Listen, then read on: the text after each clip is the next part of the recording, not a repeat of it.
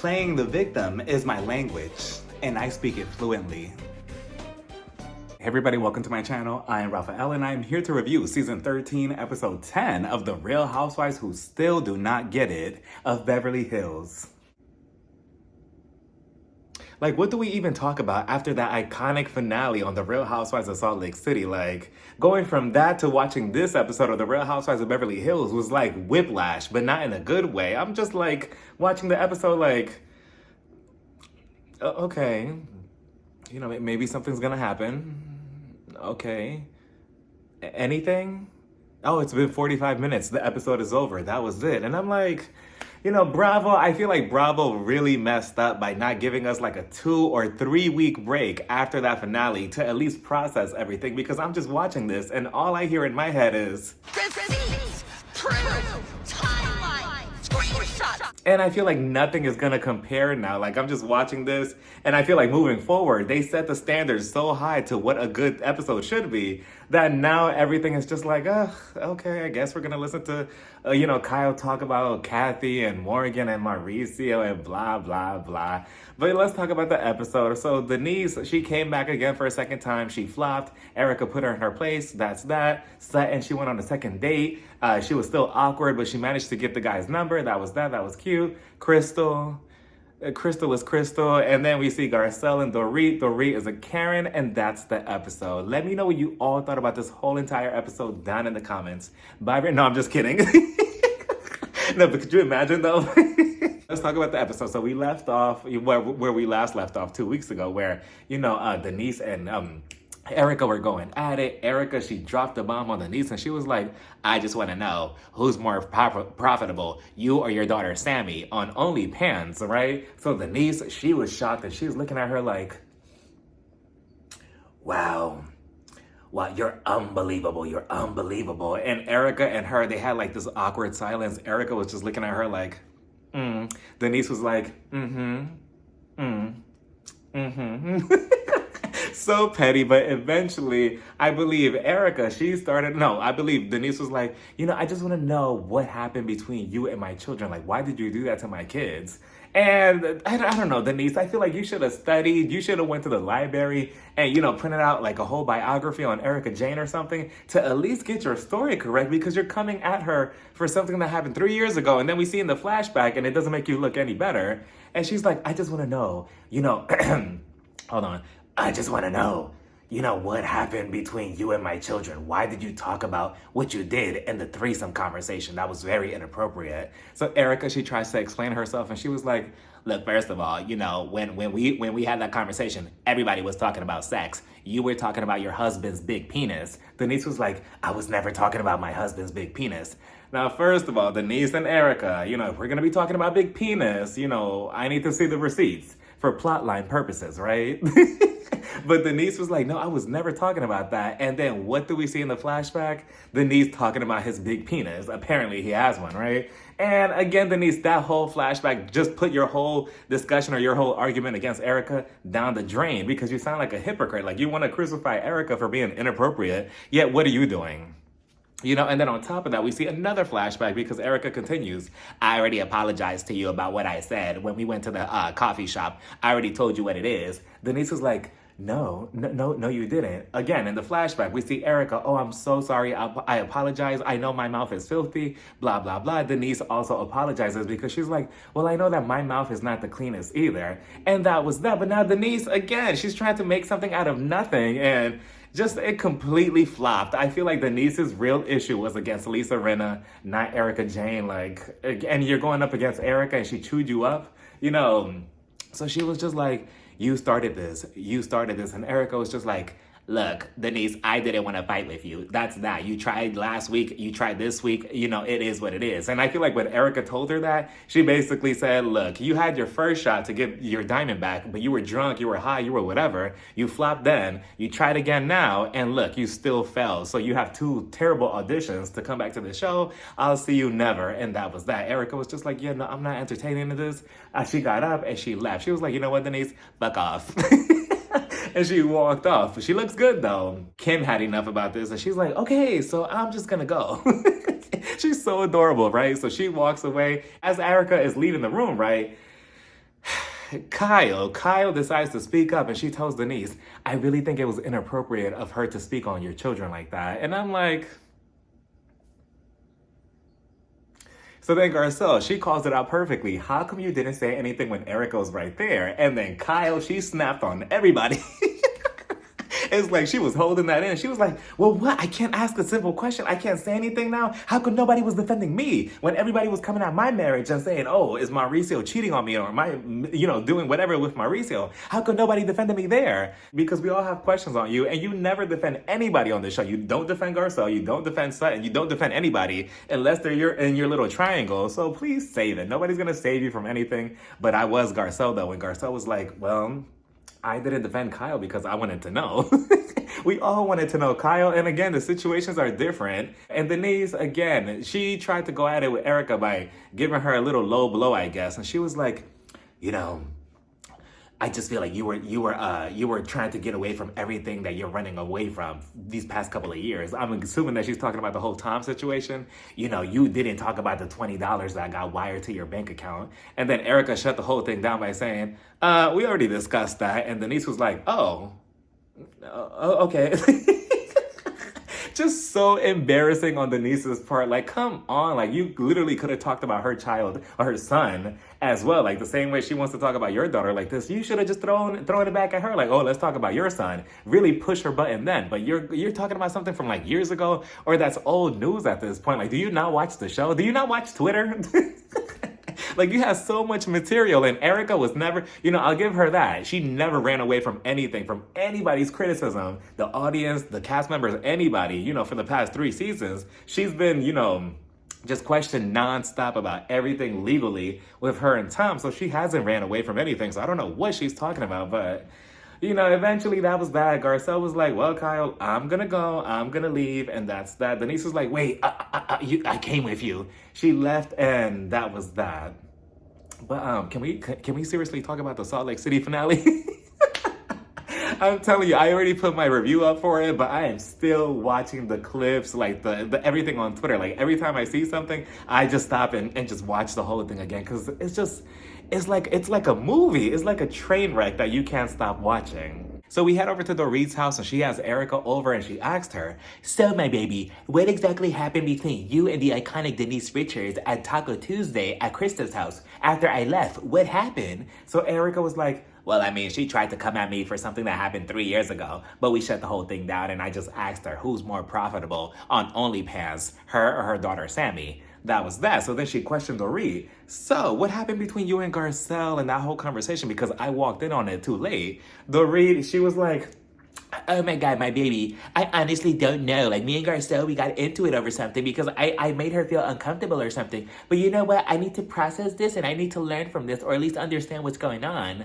Spoiler alert, she doesn't get it. She doesn't understand it, nor does she learn about it by the end of this episode. Well, we'll get there.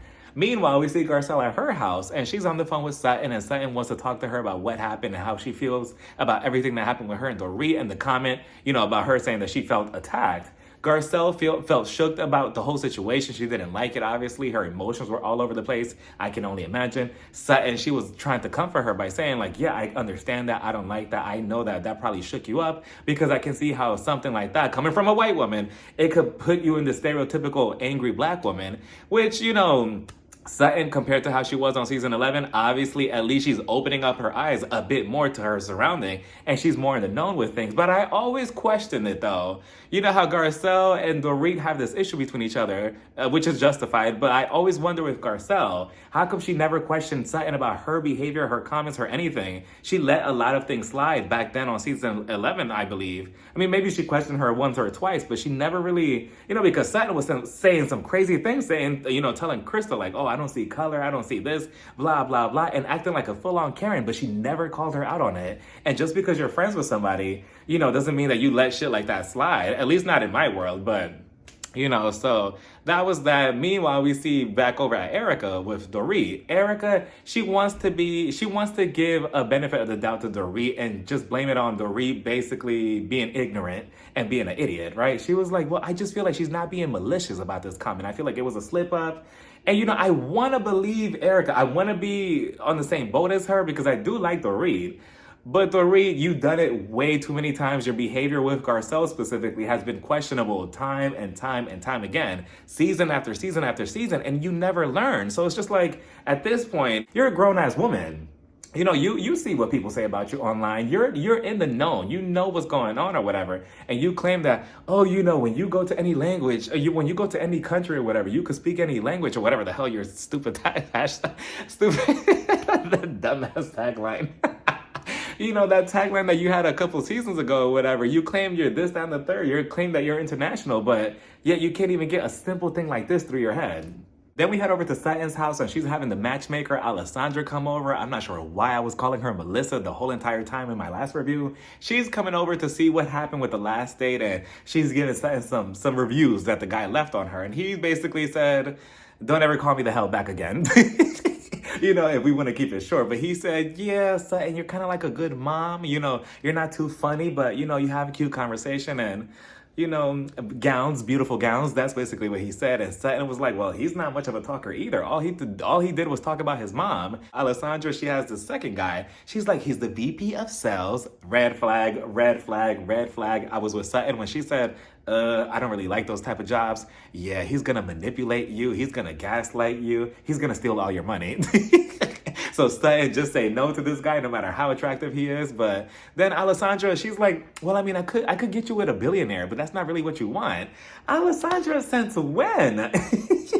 Do you not see the economy outside? I don't care how much money you got. You could always use a little bit more, you know, like that is crazy. If not, forget Sutton, come match me up. Get me with a billionaire. I'm still trying to find one. Could you imagine? Ooh, if I ever go missing for a couple of months, you know where I'm at. I'm finding a ring, but, you know, Alessandra's like, okay, you're gonna go with this bachelor, that's that, and we'll see what happens. We see Kyle at her house and her sister Kim comes over, and Kyle, we get it, okay? We understand that Sutton hurt your feelings a couple of episodes ago when she told you, you already lost your sisters, do you wanna lose another one? And you were trying to prove to her that you and Kim are still good by bringing her onto the show, but it's been nonstop every single episode, and now you're still having her come on? I don't mind, but I see what you're doing. I mean, you don't have to prove anything to us anymore. But Kim is there, and, you know, they're having this bonding moment. Kim wants to ask her, so are you coming to my daughter's wedding? Who are you bringing? You know, I don't want you to come with anybody with bad energy or somebody that you're not really getting along with. I felt like she was referring to Mauricio without trying to be, you know, very, you know, out there with it. She was trying to be vague about it. Kyle took it as her sister, Kathy. I'm not sure why. She probably didn't want to put her marriage on the spot either, but I'm pretty sure that Kim knows what's going on. But she's like, yeah, Kathy and I, yeah, again for the 100th time. You know, me and her, we're just not in the best place right now. I'm not sure. I'm having my boundaries. I want her to talk to me after the whole situation last season. You know, it wasn't about the sit down that we had. It was about what she said after and how she was behaving. It's just so interesting how she's telling Kim, you know, I don't really like chaos. I don't deal with that well. I mean, we have a bunch of footage of you on this show. But okay, all of a sudden she's not into chaos. But okay, she's the first one right there in line. Like, oh, I'm ready to start it. But okay, Kyle, I guess we'll go with your narrative. She's talking about her mother's toxic behavior, which I feel like she hasn't forgiven her for that at all yet. Yeah, her mother has passed away, but I feel like Kyle still holds that resentment. And it doesn't make it any better that Kathy is basically her mother reincarnated and she treats her the same way. So it's just like, how do you even avoid that? Kyle is trying to avoid that. She's trying to set her boundaries, but Kim, she feels that, you know, mom wanted all of us to be together. I feel like we should all get together and just put everything aside. And, you know, Kim, I like you and all, but it's just like, it doesn't work like that sometimes. You know, people are so blindly loyal to family sometimes, I believe, or they want to live for their parents, their mother, their dad, which is understandable, but to a certain degree. You know, you can't just live for your parents nonstop when you don't agree with everything. Just because your mom wanted all three of you to be together doesn't mean like, oh, I should just accept Kathy, I should accept Kim, when you've done some really, you know, bad things to me, or you said some really bad things to me. Again, Kyle is no angel, but Kathy, she's no angel either. She starts crying, and I don't like seeing Kim cry. Kyle starts crying too, I believe. Kyle, she snapped at Kim too, because Kim was trying to talk to her about something. And then Kyle was like, well, do you know about the situation? Okay, so stop talking. We're not talking about that yet. And I'm like, Kyle, you see, I'm trying to understand you and your feelings, and I do feel for you, but then you do this. You know, and it doesn't make it any better that they play that flashback of the limo from 14 years ago. Like, every time they play that, I'm looking at Kyle like, just, But again, Kyle, if you do not want to have a relationship with Kathy, that is your right. You do not have to have that. Just because you're sisters, just because Kim wants you to, you don't have to listen to Kim. You don't have to listen to her. You don't have to listen to your mother's wishes or whatever just because she wanted all three of her daughters to be together. F that. This is your life. You make your decisions. You do what you want. You know, you're going to constantly be living for your mom, Kim, everybody else around you except you. And then you're going to be unhappy. Then we see Crystal at her house.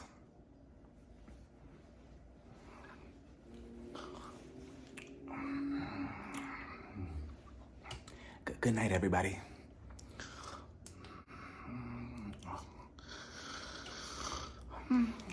Crystal is having a conversation with her husband and she feels unsure about herself because she feels that, you know, in LA, everybody's all about beauty. It's all about the beauty standard. And being in this group with everybody being skinny and being on Ozempic, allegedly, you know, it's not doing her mental health any good. And you know, as much as I like Crystal, you know, it's all jokes with her, but I do like Crystal, but I don't think that she's cut out to be a housewife on this show. Like, she's just really not. Like, I don't think that this show is for her. I don't think it's good for her mental health. So I would rather her leave the show and, you know, get herself together or at least be at peace with her life and stuff because I feel like she's good with herself. But I feel like once she puts herself in this environment to film this show specifically, she probably thinks that she has to change her whole entire personality just to give a show, to have the cameras on her, to be in the spotlight, or else she's gonna be in the shadows and nobody's really gonna remember her or wanna watch her. And you don't have to do that, Crystal. It's okay to admit that sometimes you're just not cut out for TV. And I like Crystal again, but I don't think that she's cut out to be on the Real Housewives. I mean, she kind of is in the confessional, but we never see that energy in the group settings. Like, she's never speaking up. She's never giving her opinions. Or if they do, they cut out her scenes. Like, we finally see the scene that we were supposed to see last episode with her going off and saying, I feel like this group always wants me to scream. We get that cut. Why? The editors probably just don't see it for her, unfortunately. We see Garcelle was kind of hinting at her like, yeah, but you need to speak up more. AKA, if you still want this job, you need to start doing more. And again, that doesn't mean that you have to scream or you have to, you know, throw a tantrum or whatever, or have to have some type of scandal. It'll be nice. We see Sutton going out on another date with this guy named Steve. Alessandra. Now you're onto something with this guy because this guy is cute and he's very charming. He was charming the panties out of me and I was just watching this. So they're going at this restaurant, they're sitting down and, you know, they're talking and, you know, I wasn't really paying attention to Sutton. I was paying attention to him. Like, he's really, really cute. And I love that he's very engaging and talking. You know, that's one way to get to me because when, you know, if I want to get to know you, I want us to talk. I need you to talk because I never shut the hell up. So if I'm just talking to a brick wall and you're just there and you're looking cute, that's not gonna cut it for me. Like, adios. But they're talking and he's telling Sutton like, oh, I listen. And I'm like, oh, you do? You know, he's like, I play tennis, I do this, blah, blah, blah. Like, he was very engaging. Or like Meredith from Salt Lake City likes to say, I'm very engaged. I love engaging. He was very engaged. And Sutton, and she's like, oh, yeah, you know, I like certain things. Oh, yeah, I like that too. Oh, you do? Can I see your playlist? Like, she was so lame, but in a cutesy way. And then he tells her, oh, so, you know, can I have your number? And I'm like, oh, look at Sutton possibly getting a second date. Like, that is so cute. I wonder if he's just using her for her money, but, you know, I wouldn't be mad either way. But I thought the whole date night was cute. So, Alessandra, kudos to you. So, we get a sit down at this restaurant between Garcelle and Dorit, and it was so uncomfortable to watch the first 30 seconds of their interaction because they sit down at the table, but neither one of them speak to each other. Like, Dorit, she's going through the menu, she's looking through her purse, she's going through everything. Garcelle, she's looking up at the birds like, la la la la la, and all we hear is silence. It was making my skin crawl. I'm like, can somebody please talk, say something? Eventually, Dorit was like, my baby, do you want to go through the menu? Garcelle was like, no. Oh, okay, fine. So they start going through it. Garcelle opens up the menu just to look up again. She's like, so petty. Meanwhile, Dorit, she's just going page to page to page. Mind you, there's only like 2 pages, right? So the waiter comes and he's like, so what do both of you want? Garcelle orders some tea, I believe. I think Dorit orders a dandelion, which I didn't know you could eat a flower, but news to me. So eventually he goes away. Garcelle is like, look, I want to talk to you about how everything that happened at Taco Tuesday and how you said that I attacked you and how that made me feel. This is not a teachable moment, even though, in my opinion, I feel like this was a teachable moment, like by force or in a way, because I feel like Garcelle was explaining everything step by step, and I feel like she wasn't supposed to do that. I mean, she could do whatever she wants, but, according to what she said in the last episode, she told her, I'm not the one to teach you anything, and I hate that. I feel like production probably told her, like, you have to have to sit down with her. She had no choice but to explain her side of the story. So she tells Dorit, I feel like, what you said to me, saying, I attacked you. There are 3 words that you do not, use when talking to a black woman, especially if you're a white woman. You don't use angry, attacked, or aggressive. And, she's explaining all of this to Dorit, right? Telling her how she felt. She said that she cried herself to sleep. She went to the beach the next day because she just felt so shook about the whole situation. And, side note, I went to the hashtag, the Real Housewives of Beverly Hills hashtag on Twitter to see what was going on. I am so disappointed and disgusted in everybody, just like I was 2 weeks ago when I saw the hashtag when this whole thing started. Everybody is bashing Garcelle for the way she feels. Like, it's just crazy to me. And I'm just scrolling through the Twitter and I'm like, okay, am I not seeing something from somebody else's perspective? Like, am I not seeing what everybody else is seeing? Like, what is not clear here? Dorit was just like, do you really think that I was coming at you, like, intentionally saying that you attacked me, like that? Because, I mean, we all use the word attacked in this group. We use the examples of Denise Richards, Sutton, and Erika. And those 3 examples, okay, yeah, you could justify that they were all being attacked. I could see how that could look. But in this situation, Dorit, Garcelle was not attacking you. Like, she wasn't attacking you. All she said was she spoke up for Sutton in defense of her, and that was it. And all of a sudden, oh, I feel attacked. Like, no, that versus the 3 examples that they showed on the screen, it doesn't compare. That's why it looks suspicious. It's like, why you use that word specifically with Garcelle? If Kyle would have jumped in, would you have also felt attacked? I don't think so. I feel like she would have used a different word or whatever. But then, she goes, Garcelle's like, yeah, I do feel like you intentionally used that word. Now, do I feel like Dorit intentionally used that word? Like I've been saying, this review and in my last review, that's questionable because I don't know. Dorit, you have a history of questionable behavior towards Garcelle. It's not like this is your first slip up. So it's just like at this point, are you aware of how are you acting towards Garcelle, or are you just playing dumb like I keep saying?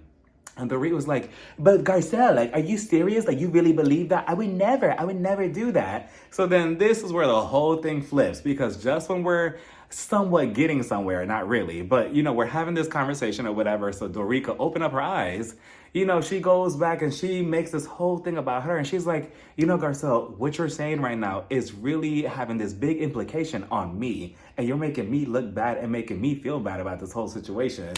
And I'm like, Garcelle, get up and curse her out and walk out. Like, that's all you have to do. You're explaining way too much to her, way too much. With me, you either get it or you don't. There is no in between with me. Like, you're either gonna get it because you're gonna go read a book or something and do your own research, or you're gonna get cursed out. There is no me explaining to somebody what's right and wrong and, or this and all that. Like, no. Absolutely not. So it was upsetting to see Garcelle having to explain herself and all this and all that. The second that she said that out of her mouth, Garcelle should have just told her, you know what? I'm going to get my tea and I'm going to go, and that's that, because you're obviously never going to get it. Never going to get it, never going to get it, never going to get it. Woo, woo, woo, woo. With Dorit, I'm just so disappointed, but not surprised. But I really thought that, okay, maybe she'll understand it now, and you still don't get it. And then Garcelle was just like, I just feel like there is like a undertone with you of like a Karen behavior. Not Karen. Dorit was just like, what? What do you mean by baby Karen? And then she knew what she was alluding to. She was like, wait a minute. Are you trying to say that I'm racist? Is that what you're trying to say? And Garcelle was like, I never said that. I never called you a racist. That's what you're saying. You probably feel guilty about that. You're implying that on yourself. I never said that. All I said was calling you a Karen. But I mean, Dorit, you're so quick to throw that out. Do you feel some type of way about that? Like, I don't know. But, that she just kept going on with that and just making herself seem like the victim. And this conversation really didn't get anywhere. Like, Garcelle did all this explaining about her feelings just to get where? Nowhere. Although I do feel like Garcelle genuinely she does not like Dorit. And I feel like Dorit doesn't like Garcelle. I feel like this is a mutual dislike towards each other, but they keep it very, underneath the radar, or at least Garcelle does. No, I feel like they both equally just don't like each other. So that's that. Dorit in the confessional, she's like, I learned now from this conversation moving forward, I need to choose my words wisely and see who I'm talking to, etc., etc., etc. But, those are only words. We're going to have to see action, Dorit, to see if you actually prove differently in the future or if you move differently with Garcelle. And that doesn't mean that you have to walk on eggshells with her either, because, like I said before, if Garcelle is full of shit, she's full of shit. You could call her out on it. It's just have something to back it up with. Don't just say, oh, Garcelle, you attacked me, and all she said was good morning. It just doesn't make sense. But that was that, and yeah, that was the whole episode. So, I'm gonna go watch The Real Housewives of Salt Lake City again. And, we'll leave it at that. But let me know what you all thought about this whole entire episode down in the comments. Oh, and by the way, we had no Anne Marie this entire episode. And then in the preview, she's talking about Sutton's esophagus. Like, no. You need to... And one more thing, Dorit had the nerve and the audacity to tell Garcelle, but Garcelle, I'm Jewish. Like, okay, Dorit, do you want a cookie for that or something? Like, what? Do you want an award? Like, she really said, I'm Jewish in order to try to victimize herself. Like, Dorit is crazy. Like, you're so full of it. But let me know what you all thought about this whole entire episode down in the comments. Bye, everybody. Mwah.